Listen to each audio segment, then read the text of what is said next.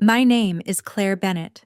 I'm 27 years old, and until last Thanksgiving, I thought being useful was the same thing as being loved. I worked long shifts as a flight operations coordinator outside Pittsburgh, the kind of job where one mistake could delay an entire crew, and somehow that still felt easier than walking into my own family's dining room. By the time I pulled into the driveway that night, I was already tired in the way that sits behind your eyes. The house smelled like turkey, butter, sage, and the kind of forced peace families put on like a tablecloth when everyone knows something ugly is hiding underneath. I had brought 2 pies, a bottle of wine I couldn't really afford, and the same stupid hope I brought every year, that maybe this time nobody would turn dinner into a courtroom with me as the defendant. I was wrong. The first half hour was all smiles, all harmless little questions, all that polished family performance people put on before they decide who gets humiliated first. Then my mother set down her glass, looked straight at me, and said it in front of everyone like she'd been rehearsing it for weeks. "You are a burden, Claire, and after tonight, you can't live with us anymore." Nobody laughed, but nobody defended me either. My father looked down. My younger sister froze with her fork halfway to her mouth. And in that 1 second, something inside me stopped begging to belong there. Because the truth was worse than being unwanted. The truth was that I had been paying to stay in a home where they had already decided I was expendable. What happened next didn't explode all at once. It unraveled slowly, brutally, and in a way none of them saw coming. Before I tell you what happened after I stood up from that table, and what I said the next morning while packing my bags, tell me, what time is it for you right now, and where are you watching from? I'm curious to see how far this story will travel.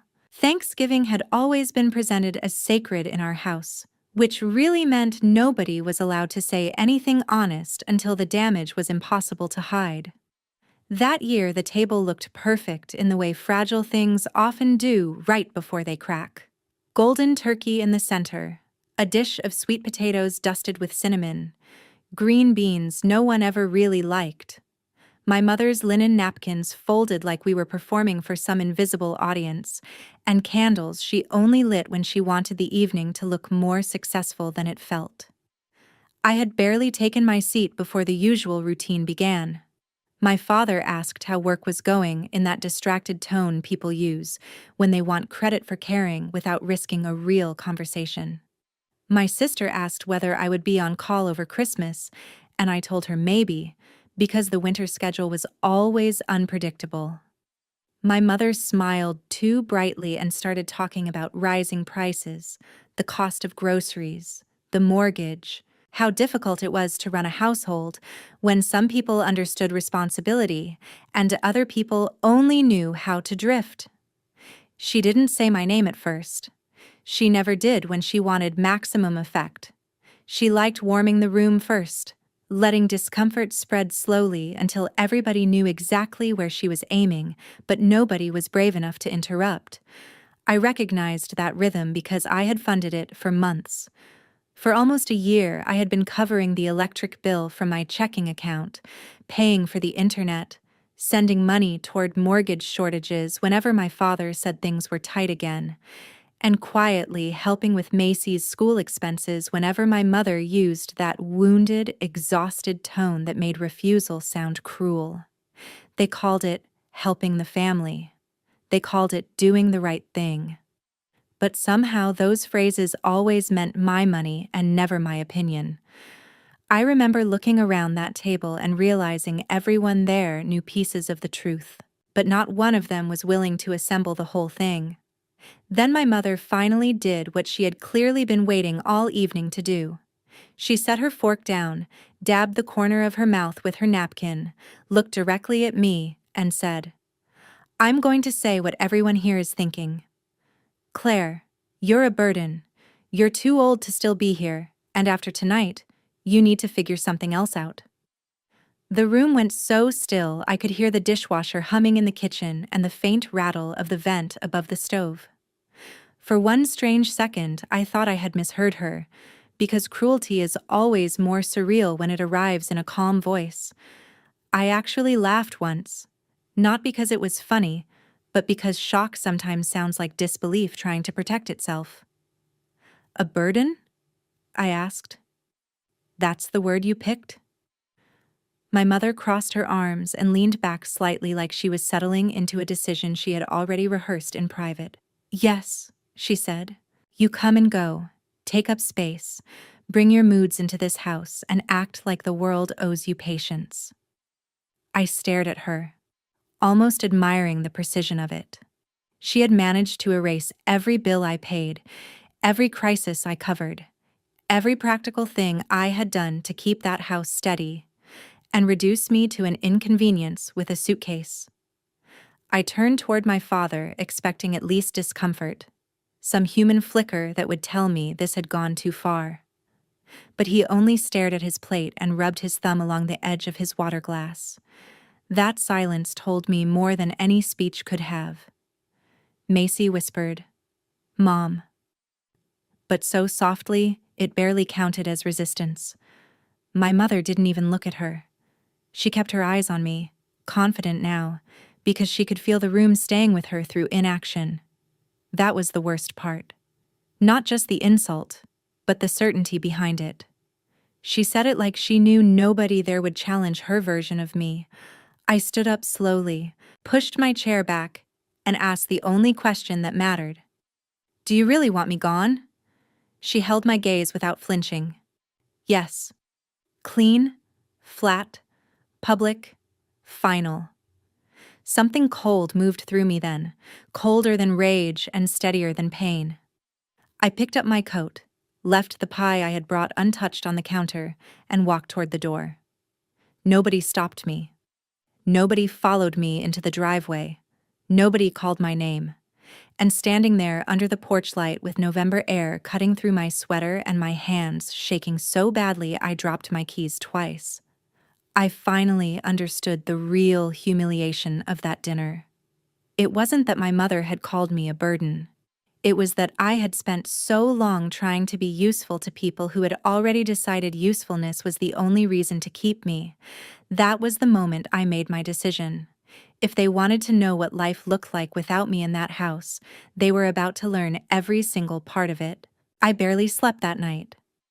After leaving the house, I drove without thinking for nearly 40 minutes before parking outside a 24-hour pharmacy with the engine still running and the heater on low.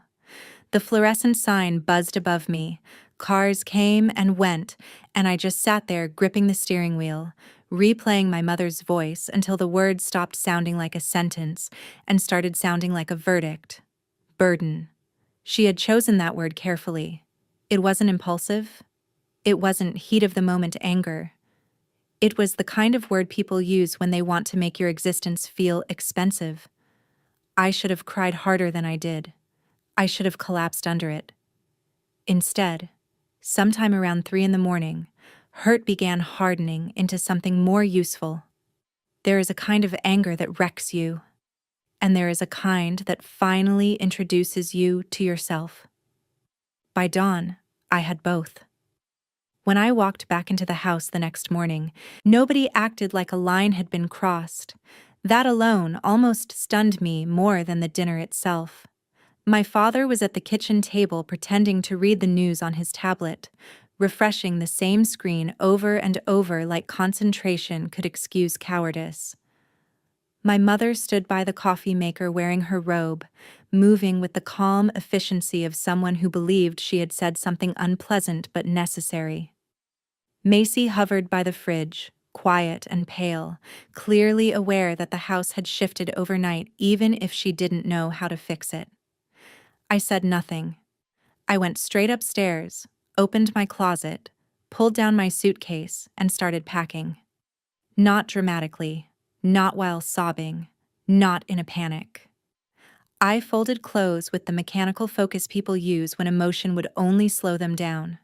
Sweaters first, then work pants, then my toiletries, my chargers, my flight manuals, my laptop, And the framed college photo I had once kept downstairs until my mother said it made the living room look cluttered. I had just zipped one side of the suitcase when she appeared in the doorway and leaned against the frame like I was inconveniencing her morning. "So you're really going to make a scene out of this?" she asked. That sentence told me everything. In her version of reality, she had not made a scene by humiliating her daughter in front of the family at Thanksgiving dinner. I was making a scene by taking her seriously. I didn't answer right away. I kept packing for a few more seconds, then said, "You told me to leave?" She shrugged, almost bored. "I told you the truth. That's different." A few seconds later, my father appeared behind her, but he stayed several feet back, as if physical distance might protect him from moral responsibility. "Claire," he said, "maybe just calm down and think this through before you do something dramatic." I turned and looked at both of them, really looked, and for the first time the entire structure of our family felt obvious. My mother handled the cruelty. My father handled the silence that made it survivable for her. Everyone else adjusted around the damage and called it normal. "I already thought it through," I said. "Probably a lot longer than either of you have." My mother folded her arms. "Then let me save you the disappointment. Living on your own isn't as easy as pretending you're some underappreciated martyr in this house." The contempt in that sentence almost made me laugh, because it was still built on the same assumption that I was bluffing, that fear would send me back into line, that I would rather accept humiliation than uncertainty. She still didn't understand that uncertainty was beginning to look peaceful compared to staying. I carried a box into the hallway. She followed me downstairs, talking the whole way in that clipped tone she used when she wanted every word to feel like a correction. "You have no idea what the real world costs. You think paying a few things here and there makes you the backbone of this house? You are unbelievably arrogant sometimes." I stopped halfway down the stairs and turned around slowly. "A few things here and there?" I repeated. But I let it go for the moment and kept walking, because I wasn't ready to say everything yet. In the living room, with my suitcase by the door and my keys in my hand, she looked at me with that tight, victorious smile she always wore when she thought life was about to teach me a lesson on her behalf. "You'll be back in a month," she said, "maybe less." And that was when something in me settled. Not cracked. Settled. All the panic of the night before burned off, and what remained was clarity. I looked at her, then at my father, then at the room I had spent years helping maintain, without ever truly belonging to it. And I said the 4 words that changed everything. "Cover your own bills." For a moment nobody reacted, as if the sentence had entered the room in a language they didn't recognize. Then my mother blinked. My father looked up sharply. Macy froze near the hallway. I let the silence sit there long enough to become understanding before I added, "Starting today." That was the first time I saw actual fear move across my father's face. My mother opened her mouth, but nothing came out immediately, and that alone told me I had finally said the one thing they had never prepared for. They had prepared for tears. They had prepared for pleading. They had prepared for guilt, retreat, and reconciliation. They had not prepared for consequences. They had never thought of my help as dependence because dependence sounds embarrassing when you say it out loud. They called it family. They called it pulling together. They called it doing my part. But standing there beside my suitcase, watching their expressions shift from insulted to confused to quietly alarmed, I knew they were finally doing the math, not just financially, but psychologically. If I walked out and really meant what I had just said, then the system they had been living on without naming it was about to collapse in plain sight. My mother recovered first. She always did. "Don't be ridiculous," she said, letting out a dry laugh that sounded more defensive than amused. "We are not dependent on you." I pulled out my phone, opened my banking app, and looked directly at her. The electric autopay comes from my account. The internet comes from my account. I've been transferring money to Dad for the mortgage every second Friday. I paid Macy's senior trip deposit, her laptop fee, and the HVAC repair in September. I also covered groceries twice last month when your card declined. Do you want me to keep going? My father stood up so fast his chair scraped hard against the floor, the noise sharp enough to make Macy flinch. He hated facts whenever facts disrupted the comfort of pretending not to know things. "That's not fair," he said immediately, which told me he had no argument stronger than denial. "We never asked you to do all that." I stared at him. "No," I said. "You just accepted it every single time." My mother stepped forward then, anger returning because exposure always enraged her more than conflict itself. "You're acting like we exploited you. That is disgusting." I almost admired how quickly she shifted into offense, how naturally she recast herself as the wounded party. "No," I said calmly. "I'm acting like I'm done being used and insulted in the same household." Macy looked between us, confused and pale. "Wait," she said softly. "You paid for my trip?" I turned toward her and nodded once. "Yeah. Mom said the deadline moved up and things were tight." Macy's eyes widened, then moved slowly to our mother.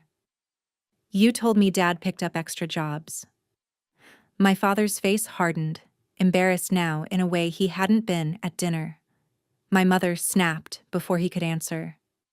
"This is not the issue right now." But it was the issue. It was every issue.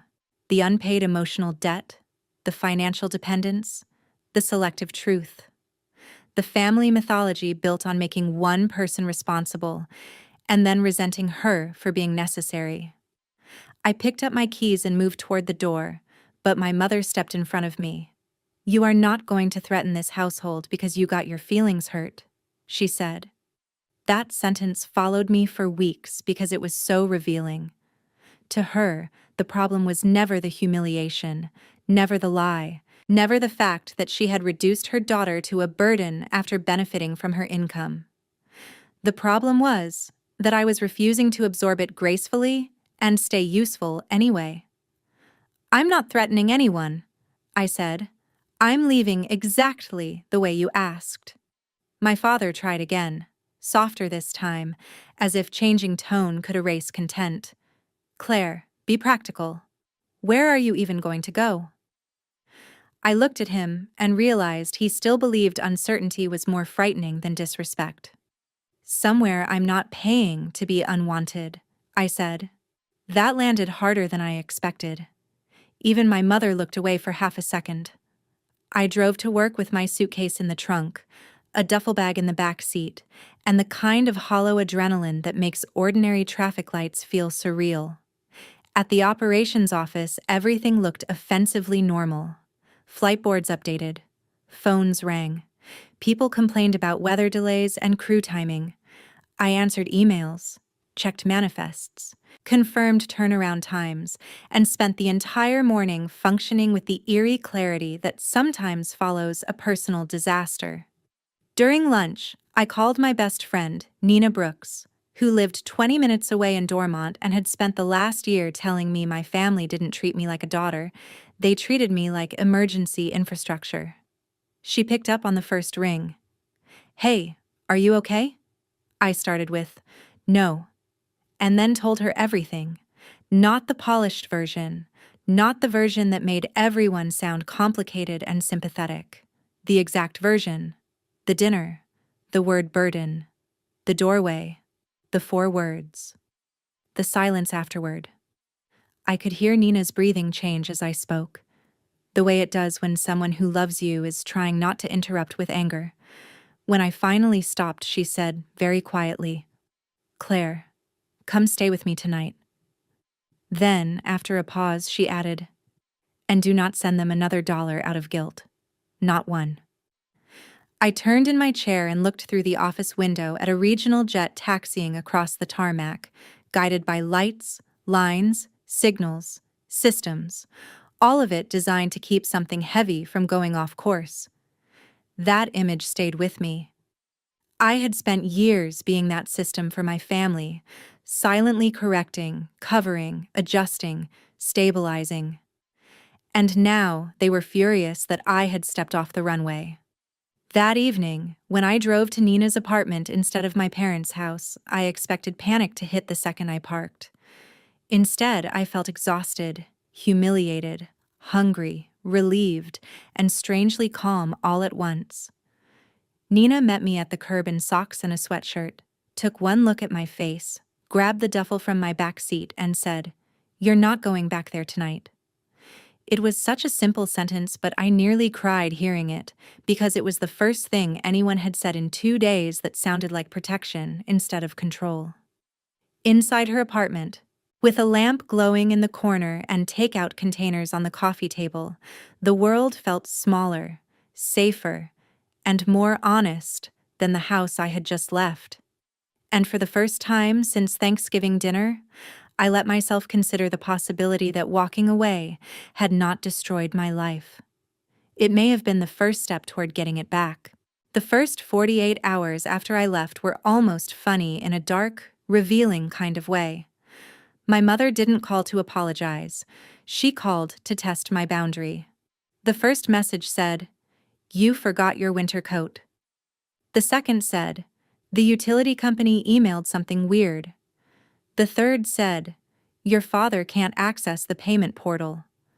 By message 4, the performance had cracked. "Claire, this is childish." By message 6, the anger had arrived in full. "You do not get to punish this family because you're oversensitive." I ignored them all until that night, when my father finally called. Not to ask how I was, not to ask where I was staying. He asked whether the electric bill had really been set to my account and whether I had paused anything. That word did something to me. Paused. As if I had temporarily interrupted a service they assumed would resume once I cooled off. "No," I said. "I canceled everything in my name." Silence. Then he exhaled hard and muttered, "Jesus, Claire." I almost said, "You should have said that at the dinner table." Instead, I hung up. At Nina's apartment, I slept on a pull-out couch beside a bookshelf and a floor lamp with a crooked shade, and it felt more restful than any night I'd spent in that house in years. On my third day there, I found a studio in Mount Lebanon above a family-owned pharmacy. It had slanted ceilings, old hardwood floors, a radiator that clanged when it woke up, and exactly one tiny window over the sink. It was perfect, because it was mine. I signed the lease during my lunch break. That evening, I went back to my parents' house for the rest of my things, and the place already felt different. Not sad. Unstable. My mother opened the door with the expression of someone who had expected time to weaken me. My father stood in the hallway pretending to replace a smoke detector battery he had probably been holding for 20 minutes. Macy came down the stairs the second she heard my voice. "Claire, wait," she said, following me to my room. Once the door was half closed, she whispered, "Did you really pay for my school stuff and the trip and my laptop deposit?" I nodded. "Yeah." Her face went pale. "Mom told me Dad picked up extra construction shifts." I let out a breath through my nose. "Dad hasn't picked up extra shifts in almost a year." She sat down on the edge of my bed like the floor had moved under her. Why would she lie? That question is heartbreaking when it comes from someone young enough to still think lies have to be logical. "Because if you knew," I said, folding my uniforms into a box, "you might start asking who the burden really was." Downstairs, the argument started before I even reached the front hall. My mother accused me of turning Macy against her. My father accused me of overreacting and destabilizing the house. I looked around at the unpaid notices on the counter, the half-filled grocery bags, the tension vibrating under every sentence, and finally understood something liberating. I had not broken that household by leaving. I had simply stopped holding the broken pieces together. My mother stepped closer and lowered her voice, that dangerous calm she used when she wanted words to land harder. If you walk out again like this, don't expect us to be here when your little independent fantasy falls apart. I picked up my last box, opened the front door, and said, "Then we're clear." I didn't slam the door. I didn't need to. The truth I left behind was louder than any exit. Moving into that studio changed my body before it changed my mind. I started sleeping through the night. My shoulders dropped. I stopped bracing when my phone lit up. I bought 2 plates, 1 skillet, a secondhand coffee maker, and a blue bath towel that didn't match anything, and every small thing felt like proof that peace could be built from scratch. But freedom is not as simple as walking out one door and locking another behind you. Some nights, I still sat on the floor with takeout in my lap and wondered whether I had done something unforgivable. Years of family conditioning do not disappear just because the rent is in your name now. My mother made sure of that. She shifted tactics after anger stopped working. She started sending paragraphs about sacrifice, about how mothers aren't perfect, about how hard adulthood really is, about how disappointing it was that I had chosen money over family. Then came the extended family. An aunt texted that my parents were under terrible strain. A cousin I barely spoke to messaged me, "I heard you abandoned your family right before Christmas." That one stunned me enough to laugh.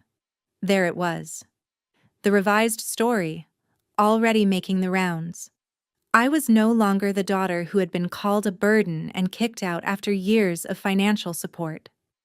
I was the selfish daughter who left her struggling parents when they needed her most. Nina told me not to respond to any of it, but I needed air. So one Sunday afternoon, I drove to a small park in Bethel Park, where my grandfather, Walter Bennett, often sat feeding birds and pretending he didn't enjoy correcting strangers about baseball statistics. He saw me before I reached the bench and gave me that long, quiet look older men have when they suspect the truth is uglier than the version everyone else is selling. "You look tired, kiddo," he said. I sat beside him and told him everything. This time I didn't edit my story to sound fair. I told him about the mortgage transfers, the utilities, Macy's expenses, the Thanksgiving ambush, the burden line, the calls afterward, and the lies now spreading through the family. He didn't interrupt once. When I finished, he shook his head slowly and said, "Your mother always wanted control more than closeness. I hoped age would soften that. Looks like it sharpened it." Hearing someone older say it out loud nearly broke me. Not because it was new, but because it was accurate. "Did I do the wrong thing?" I asked.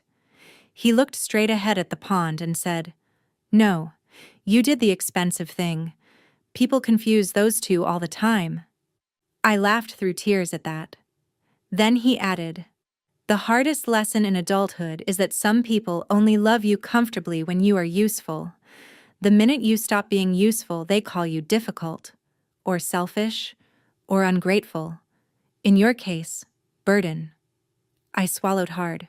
What do I do now? He turned to me then. "You build a life they can't rewrite." That sentence stayed with me the whole drive home. Build a life they can't rewrite. Not defend myself endlessly. Not beg to be understood. Build. That night, I blocked 3 relatives, muted my mother, and started doing something I should have done a long time ago. I gathered everything.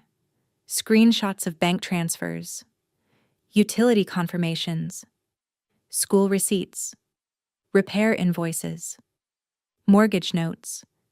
Not because I wanted revenge in the theatrical sense, because I was done letting truth be optional.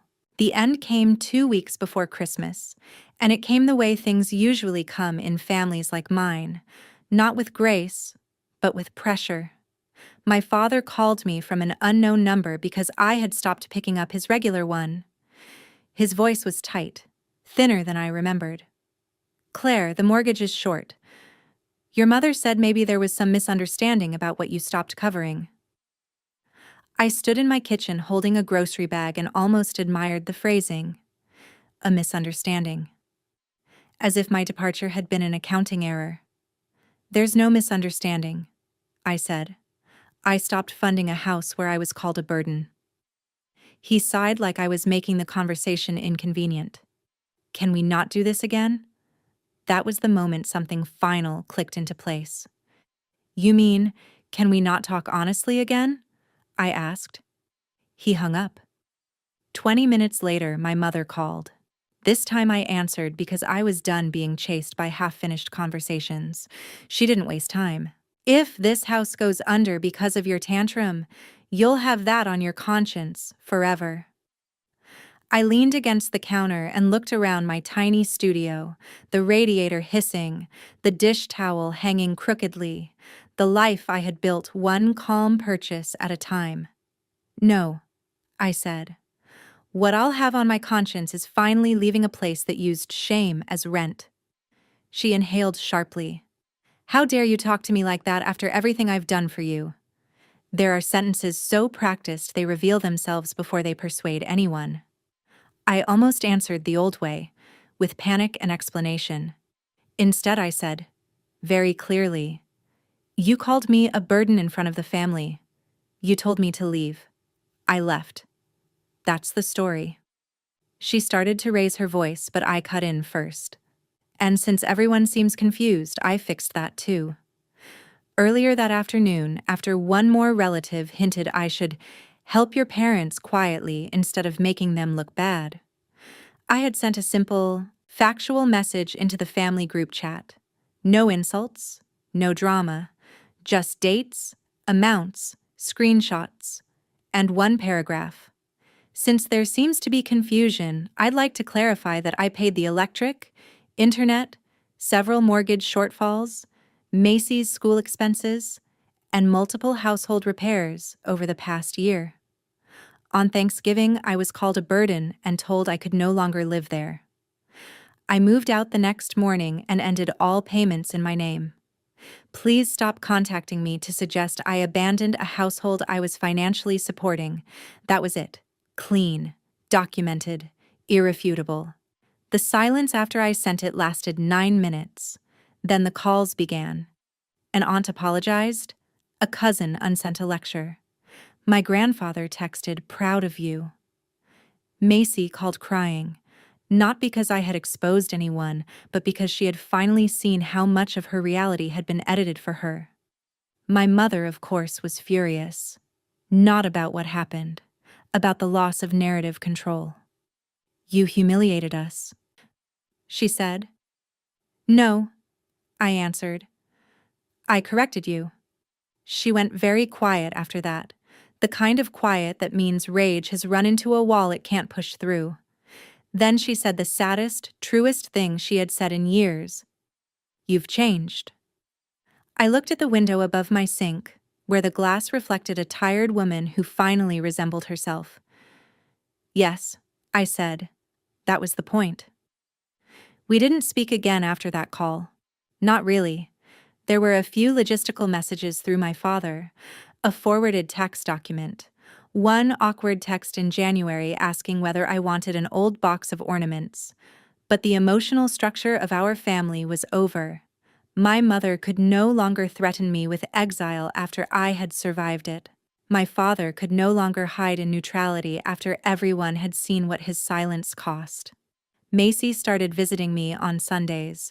We made boxed pancakes, watched bad cable movies, and slowly learned how to talk without someone else rewriting the conversation. By spring, I got promoted at work. I bought a better couch. I stopped checking my phone with dread. And one night, while labeling leftovers in my own refrigerator after a 12-hour shift, I realized I had gone almost an entire day without hearing my mother's voice in my head. That was when I understood what my 4 words had really ended. Not just the payments, not just the arrangement. They ended the version of me that believed love had to be earned through exhaustion. Cover your own bills.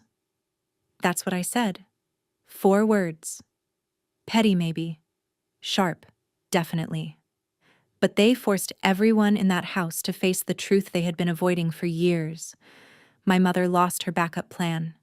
My father lost the luxury of pretending.